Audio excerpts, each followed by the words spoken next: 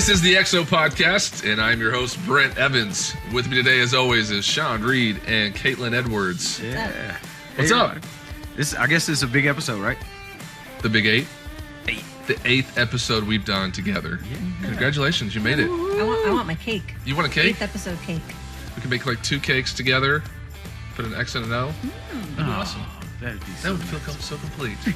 We've got a great episode coming up today. We're talking about finances and marriage. Anybody who's married, anybody who's living in the world today knows that money is a big deal, but when you're married, it's even a bigger deal. And so we're talking today about how that dynamic plays into marriage, what you're doing with your money, what you're doing with your lives. It all matters. It all makes sense. And the divorce statistics prove that money makes a huge impact on a marriage. So we're talking about that today. We have a special guest, David Thompson, coming up in the next segment. But first, let's talk about the news. Let's talk about it. Before we get into any articles, we have to mention it. Prince Harry, he's getting married. Prince Harry and Meghan Markle, they're engaged.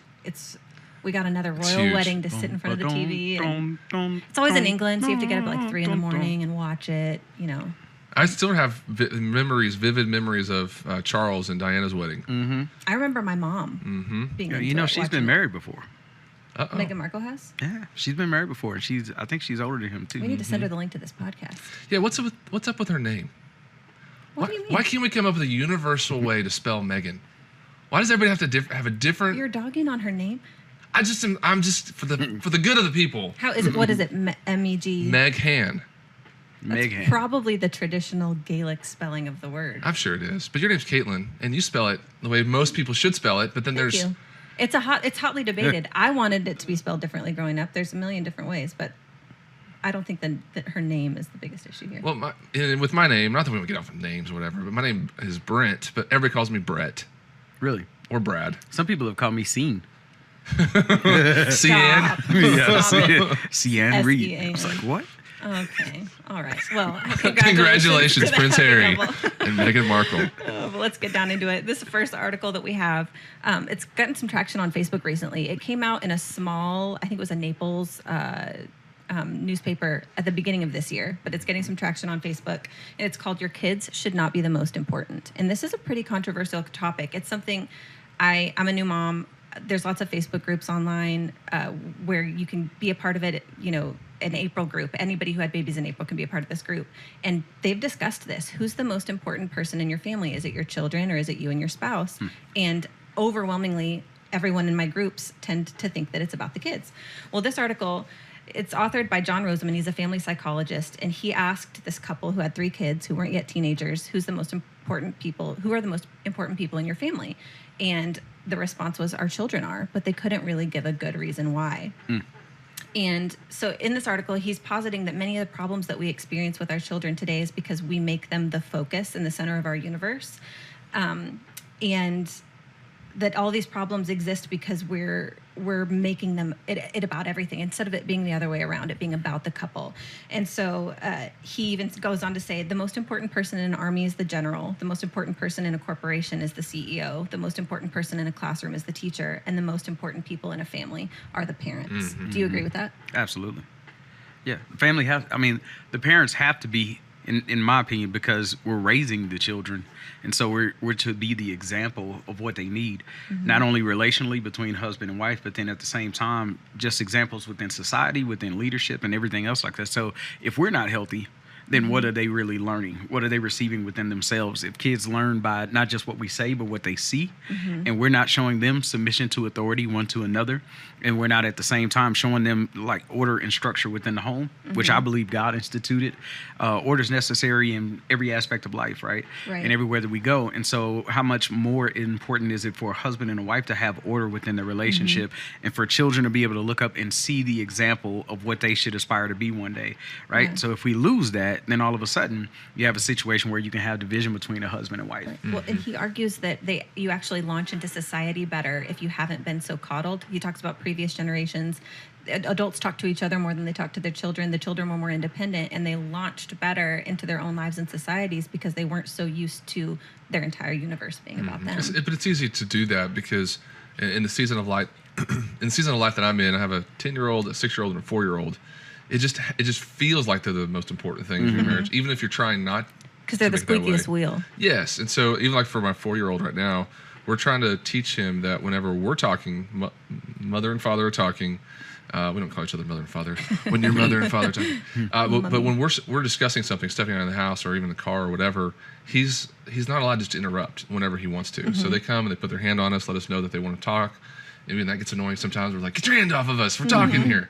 But just making sure that they know that when we're dealing with something, if we're discussing something, they're not always going to get the first of our attention. We're going to focus our attention on each other, solve the problems that we need to solve, have communication that we need to have. And then at some point, they get that next priority step for us. And we love our kids and we want them to be the best, but I totally agree with that. If you coddle your kids and they think that they're the epicenter of the world, and they have this entitlement mentality that if I want it, I get it. Every time I ask for something, I get it. Or whenever I speak up, my parents are always there just to focus, and they drop everything to focus on that. I just think it sets a kid up for failure. Yeah. And it obviously, because I know y'all have kids that are getting older and out of the house, at some point it's just you and your spouse, and you're stuck with each other. No kids around. Right. You last longer than your relationship with your children. So yeah, parenting is a temporary assignment. Right. I mean, at the end of the day, we raise them to release them, and after they're gone, what do you have? And if we've spent several years, or the majority of the years that we've had children together, if we've spent those years kind of pushing your spouse, to the bottom of the pile of the, priorities, right. And all of a sudden, what's going to be there when those kids are gone?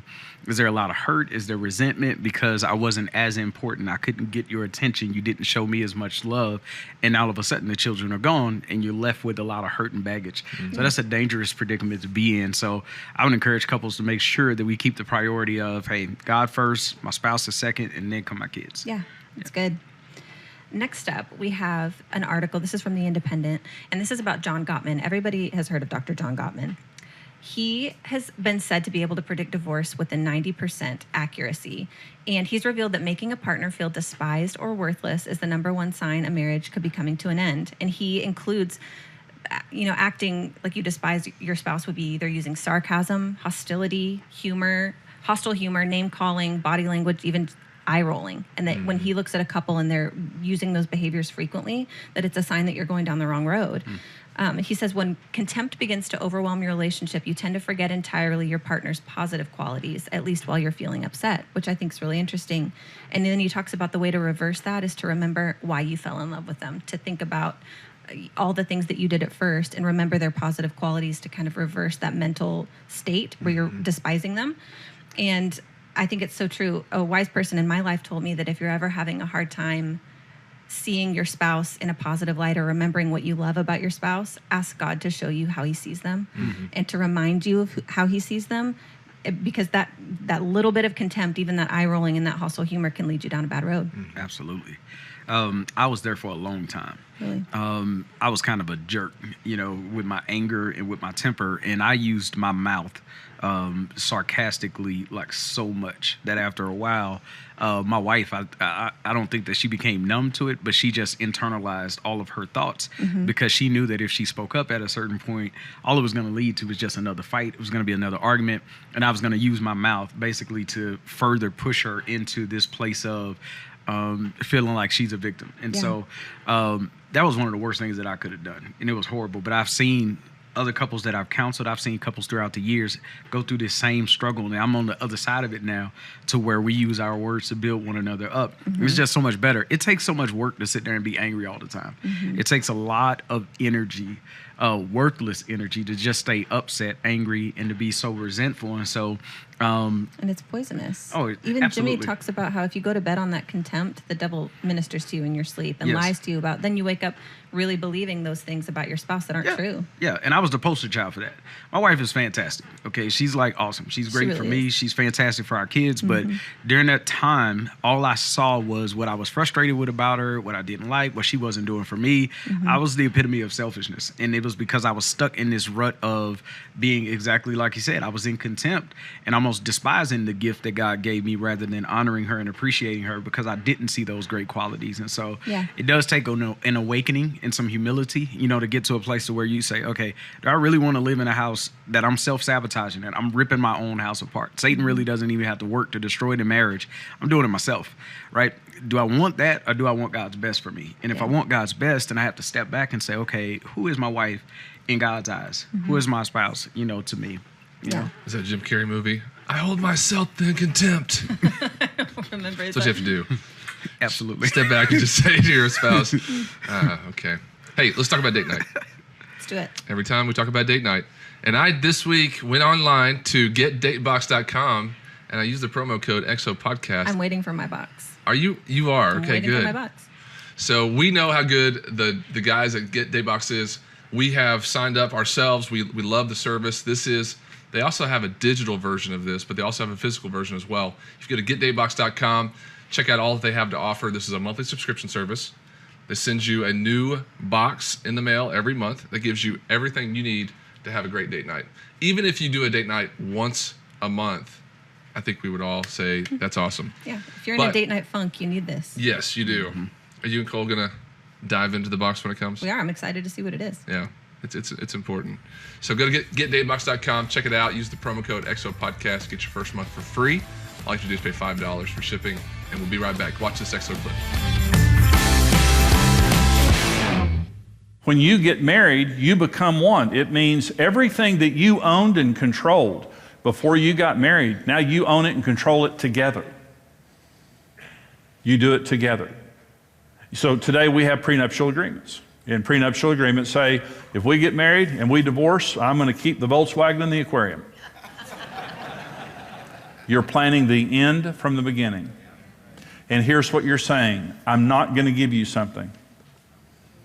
I'm not going to give you something. Dominance destroys the spirit of a marriage. Selfishness destroys the spirit of a marriage. We get married to share. Marriage is about sharing. If you don't want to share, don't get married. But marriage is about sharing. They two shall become one. You know what that means? Even children from a previous marriage, they have to belong to each other. We have to share those children. We have to make decisions about those children together.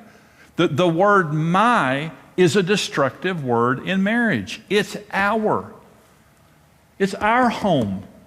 It's our jobs.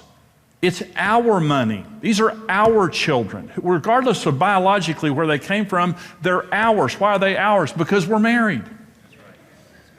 They too shall become one. Listen, the most profound word for intimacy ever created was one. One. You know what that means? Indistinguishable. Inseparable. That means, here's what it means with Karen and me. If you came into our home, every single thing we have together. All right, welcome back to the podcast. We have a special guest, and we're talking about finances and marriage. Associate Pastor at Gateway Church, David Thompson, welcome. Hey, welcome. I am so glad to be here with you guys. You came across the highway to be with us. We're so close to each other. A long journey. It was a long journey, yeah. Gateway Church does so many great things for so many people, but one of the things that they're known for, especially with Pastor Robert, is giving and finances. And the Blessed Life book has been published in many years, been helping couples and people succeed in finances. But you specifically in the stewardship ministry are helping couples and people succeed every week with finances. Is that correct? Yeah, absolutely. You hear Pastor Robert's heart, and generosity is such a huge piece of that. The blessed life, understanding our role as Christians and being generous and basically being imitators of God, for God so loved that he gave. But when he shared the blessed life message, it exploded, it blew up, people were being blessed by it. But then on the flip side, there were people that were saying, hey, it's not working for me. This whole giving is not working. How do I get my finances right? And he had just made the assumption that people were stewarding well, that they were managing their finances and being generous. And unfortunately, you can't make that assumption in today's culture. Almost none of us are taught anything by our family, our friends. We kind of pick up little things from the culture, and we're influenced by advertising and the media, but we don't learn any of those basics of stewardship, managing, budgeting, getting out of debt, saving. And so that's what we have the pleasure of doing in our stewardship ministry, is teaching others how to manage those finances. And it goes hand in hand with that blessed life. It's good. Well, that's what we want you to do today, is talk to our listeners about how they can pick up some of those principles. And we know that with marriage, it's one of the top reasons for divorce, and it's listed actually in the top 4 reasons, and the stress that it causes and everything that happens. So when you're dealing with couples or you're talking to people about to get married, talk about some of the things that you're teaching them and helping them to do in their lives. Yeah. So pre-marriage, this is such a huge passion for me. My wife and I, we went through an 8-week pre-marriage course at Gateway about 6 years ago before we got married, and it was a huge blessing. And one of the 8 weeks of topics was on finances. And so now I go back and I teach that course, and I lead a team of about 80 volunteers at our Southlake campus, and I'll have them teach the course and go through different topics. But the big things in pre-marriage is you have to be in unity. And so now's the time to start that. If while you are in that engagement or courting process, as you're going through that, now's the time to say, hey, what's your background? What's your history with finances? Where are you standing on living on a budget, or how much debt do you have? There are these tough kind of conversations at first, but if you put them front and you say, hey, we're going to do this now, it's such a firm foundation, because each person is coming with their own set of ideas, their own thoughts. And when you come together and say, no, what does the Bible say on this? And so that's where we point people: unity, and then what's the Bible say? And as they draw towards God's word, all of a sudden they are coming closer and closer together. And you can see that in every area of their life. It's good. So how do you get couples to really, because you get people and they think about things that you mentioned before, the advertising, or a lot of people, it's the fairy tale wedding. They want to have a wedding that just is this grandiose thing. Unless you're Prince Harry or Meghan, you typically get in a situation where either the parents can't afford it and they're putting too much money into it, or the couples really can't afford it and they think that that's going to make all the difference in the world. And I totally believe in nice weddings, and we want people to celebrate that. So how do you coach people to kind of dial it back a little bit, or pay attention to what they're doing? It all starts with the budget and with having that plan in place and sitting down and saying, okay, what are the key elements of this wedding? The things that we truly desire. Well, we want to get married. We want to, before God and man become one. That's number one. That's the most important piece. But aside from that, do we need to add a dance floor, and do we need to add a DJ, and how much do we need in flowers, and how much are these wedding invitations going to cost? And okay, now how much is the facility going to cost? And are we going to pay our officiant, the pastor or the minister who does the wedding? You begin to line these out point for point and put it in, I think it's funny, but put it in an Excel sheet or grab a piece of paper and just write down at the top, wedding budget, and then begin to list out those prices. Look at the big number and say, can we save enough money between now and the wedding date to hit that number? And if the answer is yes, man, full steam ahead. Like, congratulations, you're doing phenomenal. If the answer is no, take a step back and say, okay, what's priority number one? We're going to the chapel and we're going to get married, right? We're going to do that. And so put that at the top of the paper and say, let's check that off and let's put our first savings towards that. It's sad because this is one of those areas that parents often feel a heavy pressure to do for their children. But think back to your wedding when you were young and when you were growing up. Were your parents able to give you a $15,000 wedding? That's kind of the average cost in the U.S. It's almost crazy. I think it actually may be somewhere around $20,000 now. But the idea is, take a step back. If you're a parent, love your children enough to teach them to manage, to teach them to have a plan in place, and to set a firm but loving boundary. The most that mom and dad and I can give you is this much for your wedding, and we're going to stop here. And if you run out, you're going to have to cut things off of that wedding list. 2 flowers. You could have 2 flowers and some appetizers made from Costco. Okay, so one of the things I know that a lot of couples have when they come into marriage is student debt, student loans, student debt. And you bring a lot of that into the relationship. So when you bring these big numbers in, and you're obviously going to tell your spouse about that, or you bring credit card debt in. Tell me, when couples are talking about that, how do they discuss it? And it's like a big elephant. Taking it one by a time. Tell me how you Man, so let's hit before you pack on that debt. Just for students out there, so 71% of students say that if they could do it over again, they would choose a different path than the amount of debt that they chose the first time around. Over 50% of students don't actually finish college. So that means 50% of students are taking out student loans, not finishing, and not able to get the job they were looking to get. So now they've got this huge burden on their back without any way to pay for it, or not the level of payment they'd like to make. So this is just to parents and to students. Parents, be a loving parent. Right now, stand up and say, I love you enough to let you stay in your room at home while you go to community college.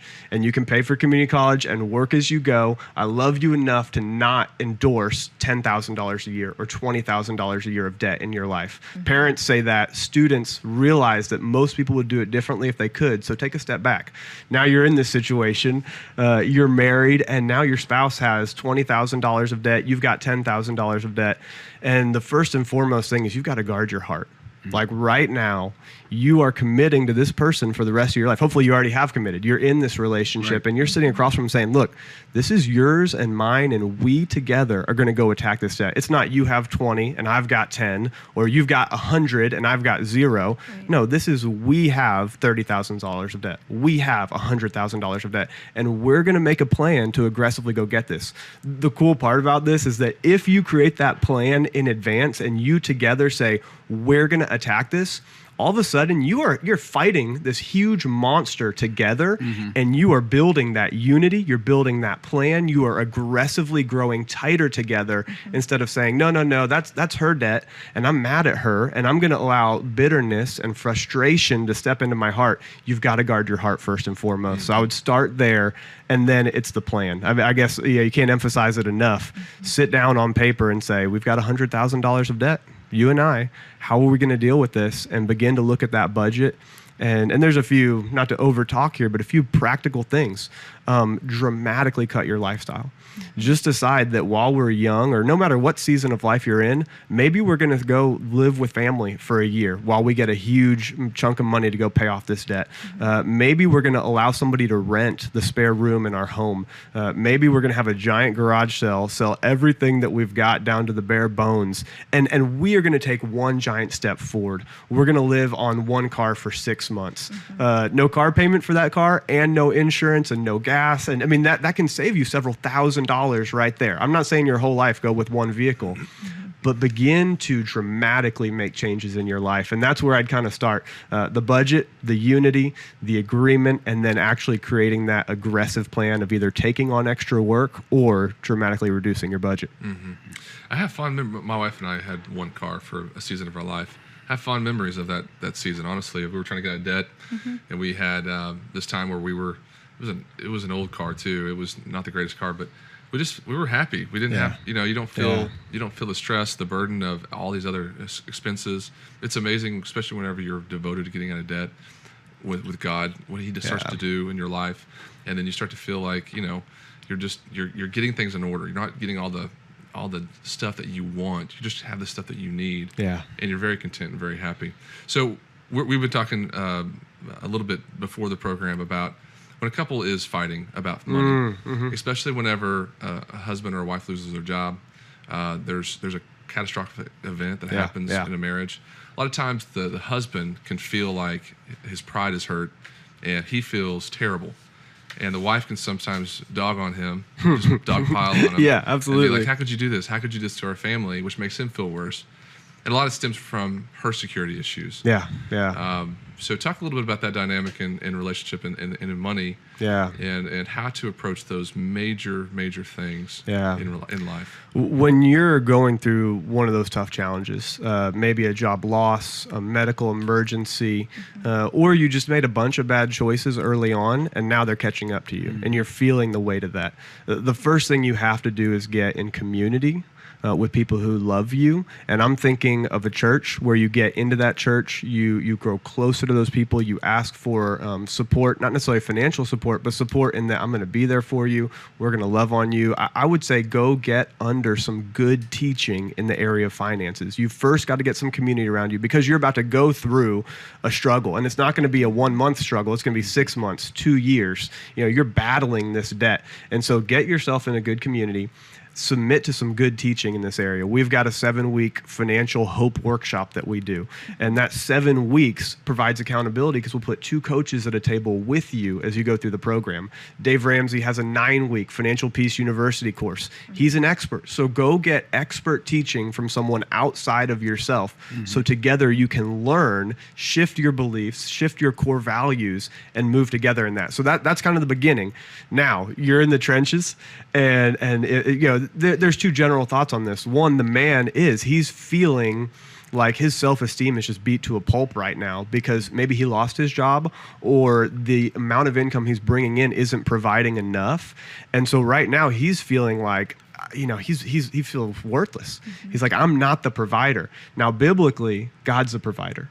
And Deuteronomy 8:18 says that God gives us the ability to produce wealth, but we are called to be managers because he has given us those abilities. And so he's called us to go out to earn and be fruitful and multiply, but he's the provider. So first, the husband's got to turn back to God and say, Lord, you're the provider. How can I use these abilities that you've given me to take care of my family, to take care of my own household first, or else I'm worse than an unbeliever in 1 Timothy. So that's the man's role. But from the female perspective, you've got to love your husband and respect him and honor him and go to him and say, look, I love what you're doing. I appreciate you. I see the hard work. I know this is a tough season, and respect and honor and love on him. For oftentimes the woman, there's this intense fear and insecurity that comes from a lack of finances. And hey, are we going to be able to keep our home? Are we going to be able to feed our kids the food I want to feed our kids, to take care of them and to keep them healthy? And so then the husband's got to come back around and he's got to say, look, thank you for respecting me. Thank you for loving on me, even in this tough season. He's got to step in and say, I love you. I'm going to cover you. I'm going to protect you. I'm going to submit my own ego, and I'll take any job that it takes. I will step out of my comfort zone, and I will do what I can to earn for this family. We are okay together. No matter what it takes, we're going to stay together in this marriage, and I'm going to love you and protect you and cover you. So those are the 2 big needs, that love and respect, and then the fear and insecurity that would come on the... So what would you suggest for a spouse to do in the event that they want to budget and they want to get out of debt, but their spouse, be it male or female, they're inactive. They're just not on the same page, or they really don't care. What would you suggest to a person that's in that situation? Because I've had a lot of people who are just really frustrated that on one or 2 ends. One may be they don't want to share an account. They don't want to say that it's our debt, and so you have that division there. Or they may share together, but they're just not budgeting together. They're not working together on the same plan. What would you suggest? All the statistics show that marriage is a phenomenal first step towards wealth across your entire life. If you are married, your wealth over time dramatically increases. It's like 5-fold what a single person will be over their lifetime. Now, I say that only to cast a little bit of vision. What we are doing right now is I'm saying, look, you and I together, we've been given different skills and talents and abilities, and we are going together, going to cover each other's weaknesses, and we're going to cause each other to win further, to go further in our finances. And so it's a blessing to be married. And so now you're going to cast that vision for your spouse and say, what would you love to do? What has God put on your heart to do on this earth? And how can we free up our finances so that we can go ahead and employ you to go out and do that thing? Let me share with you some of the things God's put on my heart. And let me share with you where I see us going. I would love for us to be able to take a vacation every year. I would love for us to one day be able to own a rental home that we can rent out to missionaries that come through. I would love for us to be able to give more of our time or our finances to our favorite cause. Cast a little bit of vision and say, this is where we can go. Now, can we sit down once a month, maybe once every other week when the paycheck comes in? And you're always going to have the person that is really a little bit nerdy on the financial side, and they're going to love to do the Excel sheet or the budget and put that plan together. That's great. I encourage that person to put the plan together, but then they've got to sit down and set it across to the other person and say, okay, what do you want to do? Because this plan is not me, Moses, coming down from the mount and saying, this is the 10 Commandments. Right. We're going to live by this. This is me me, your spouse, submitting, hey, here's my thoughts. That's good. But what would you change? And get that buy-in. It's a tough conversation. It starts with kind of that eyeball to eyeball, kneecap to kneecap. I love you. I care about you. I can't wait for our kids to grow up. I can't wait to see these incredible things happen in our lives. And the way we're going to get there is by working together. Yeah, that's good. Caitlin, Sean, you have any more questions? Well, I would say I've been wondering if you have any opinions on roles and when it comes to finances, whether or not a certain person in the family should be paying the bills, doing the budgeting, enforcing that. Yeah. Is it really just depends on whose skills are best in that area? Yeah. This is a great question. So my heart would be that there would be complete unity on the finances across the board, that both spouses would be looking at that plan at the beginning of the month before the month begins. So Ashley and I, we sit down every month and we look at our Excel sheet that we created together. Now, this is funny, a sidebar. When we first got married, I had a budget and I said, here's our plan.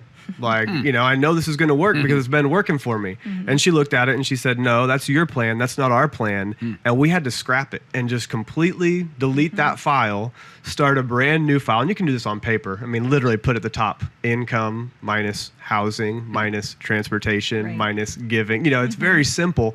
But we had to start, and I had to let her type it into the Excel sheet. And she is going line by line, and we are in agreement on each line because it took both of us being in full agreement.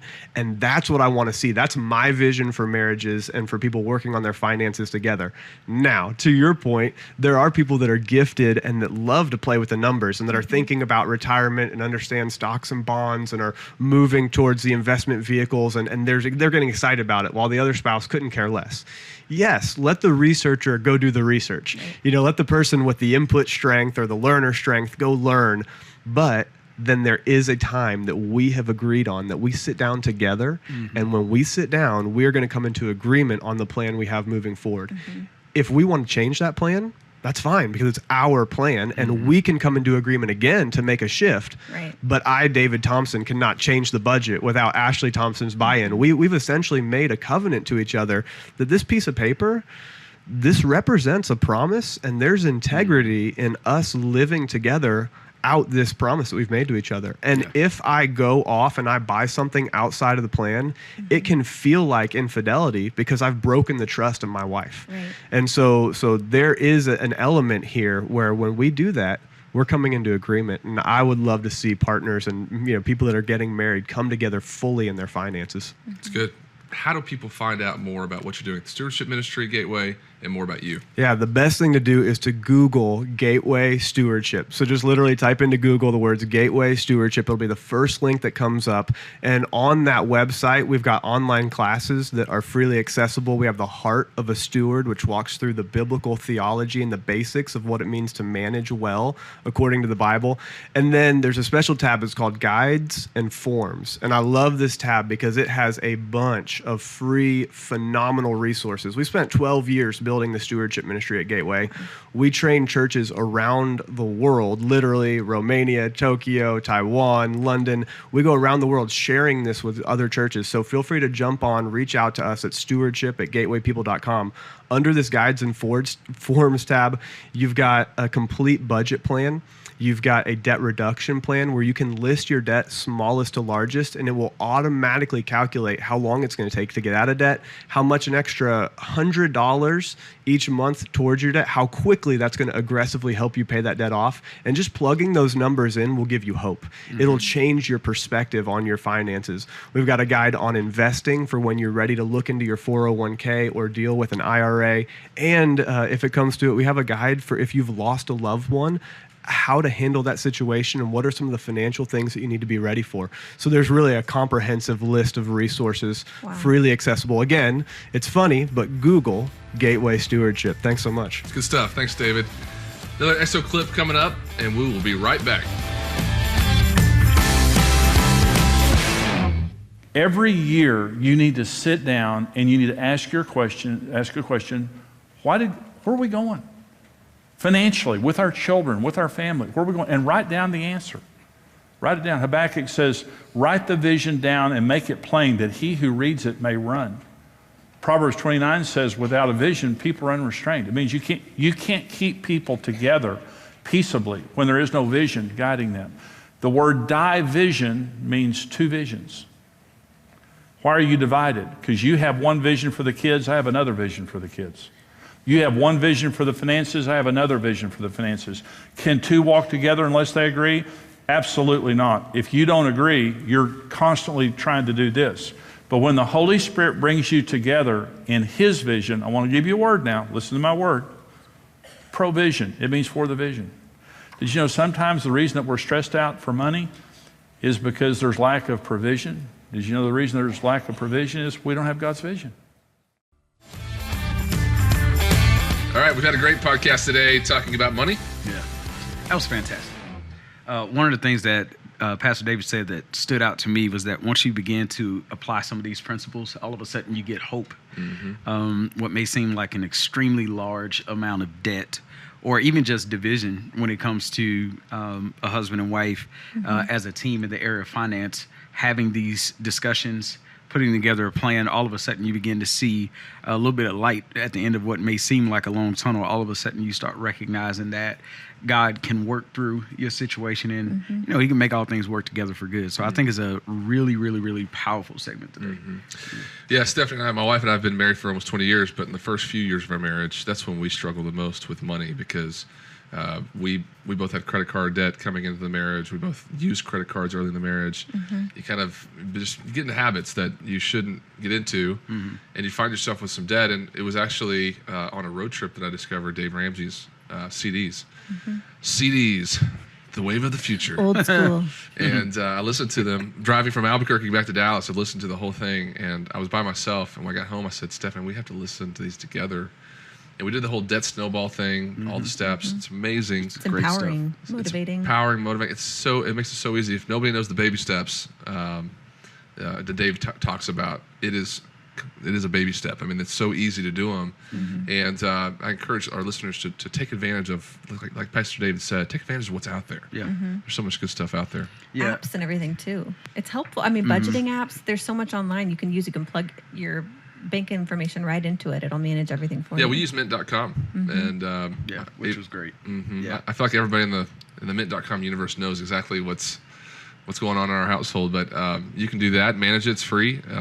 We download a report from that, and I manage it in Excel, all of our budgets. Yeah, my wife, she has a couple of different apps that she operates in. She and we meet together to discuss the vision overall, but she's the main person in our home, specifically, who just sits there and crunches the numbers. And every little transaction that happens within the app, it just updates, and then she plugs in the numbers again. And then we'll come back, regroup. And that's the way we've been doing it for years. It works out great. And I wouldn't trade it for the world, man. I don't want to go back to how it was. It was a nightmare where we didn't have a budget. We didn't have a plan. We were just making like a lot of dumb mistakes.